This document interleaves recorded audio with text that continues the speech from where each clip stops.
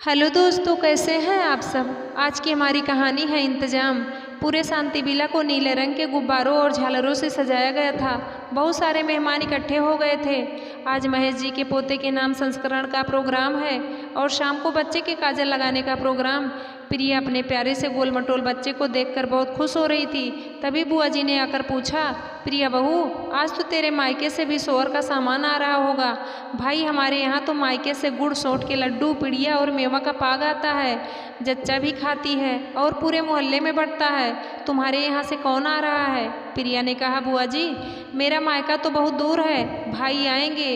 हो सकता है पापा मम्मी भी आ जाएं, लेकिन इधर मम्मी की तबीयत बहुत ख़राब चल रही है, इसलिए मम्मी मना कर रही थी आने के लिए। बुआ जी ने कहा, अरे तो ऐसा मौका रोज़ रोज़ थोड़ी ना आएगा, नाती हुआ है, देखने भी नहीं आएंगी, दवाई खा लेती और आ जाए। प्रिया बोली, बुआ जी, मेरी मम्मी को वायरल फीवर हो गया है और ऐसे में अगर वहाँ आएंगी तो मुन्ने को भी तो गोदी में नहीं ले पाएंगी। इतनी दूर से आएँ और बच्चे को खिला भी ना पाएँ तो नानी का मन भी तो उदास हो जाएगा। जब उनकी तबीयत ठीक हो जाएगी तब आएंगी। 15 दिन से मम्मी बीमार चल रही हैं। बुआ जी अपनी राम कहानी बताकर चली गई और प्रिया सोचने लगी, भाई तो आ रहा है। लेकिन और सोचते सोचते प्रिया की आंखें भीग गई।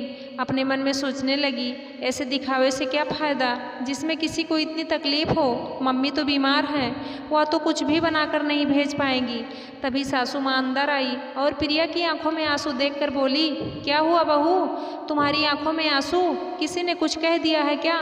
बेटा, इस समय बिल्कुल भी रोना नहीं। अभी हाल की जच्चा हो, शरीर बहुत कमज़ोर होता है इस समय, और अगर रोई तो सिर में दर्द हो जाएगा। चलो, क्या बात है मुझे बताओ। प्रिया ने सारी बात अपनी सासू माँ को बता दी। आशा जी हंसकर बोली, बस इतनी सी बात और मेरी बहू की आंखों में आंसू? अरे पगली, यह तो मुझे पहले ही मालूम था कि तुम्हारी मम्मी और मेरी प्यारी समधन की तबीयत ठीक नहीं है, इसलिए मैंने पहले से ही सब इंतजाम कर लिया है। तुम्हें चिंता करने की ज़रूरत नहीं। तुम्हारे यहाँ से सिर्फ शगुन का थोड़ा सा सामान आ रहा है। मैंने अपनी समधन से खुद ही मना कर दिया है। मैंने समधन जी से कह दिया है सिर्फ 11 लड्डू भेजने हैं। प्रिया ने कहा, मम्मी जी, फिर पास पड़ोस में आप क्या बांटेंगी और मेहमानों को क्या रखेंगी? आशा जी बोली, मेरी बहू बहुत चिंता करती है। मैंने कहा ना, तैयारी हो चुकी है। चलो तुम मुन्ने को दूध पिलाओ, देखो कैसे टुकुर टुकुर तुम्हारी ओर देख रहा है। तुम्हारे पास इतना ही काम है, अपना ध्यान रखो और मेरे नटखट बाल गोपाल का, बाकी मैं सब संभाल लूँगी। थोड़ी देर बाद भाई और पापा आ गए। भाई तो इतना खुश हुआ, बोला, मेरे भांजे को मुझे दो, मैं तो मामा बन गया। हाँ हाँ, यह लो, ज़रा संभाल के।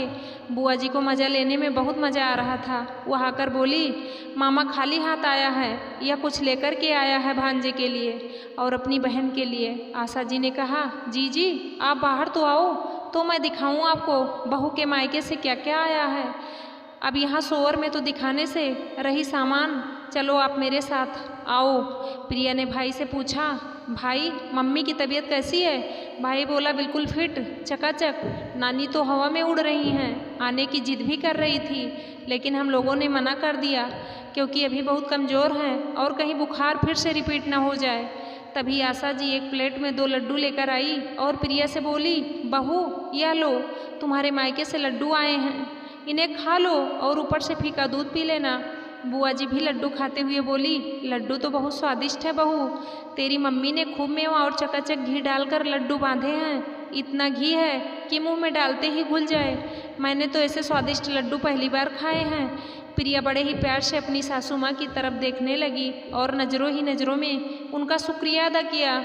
उसके मायके का मान बढ़ाने के लिए प्रिया ने लड्डू खाया और बोली, बुआ जी आप सही कह रही हो, लड्डू तो बहुत स्वादिष्ट हैं। जब सब लोग चले गए तो भाई से पूछा, यह सब कैसे?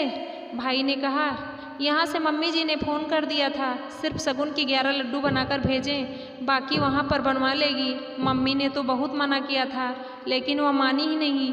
उन्होंने अपनी कसम रख दी थी, आप बीमारी में कुछ भी नहीं करेंगी। और पता है दीदी, इसमें सिर्फ मम्मी ने अकेले लड्डू नहीं बनाए हैं, हम सबकी मेहनत है।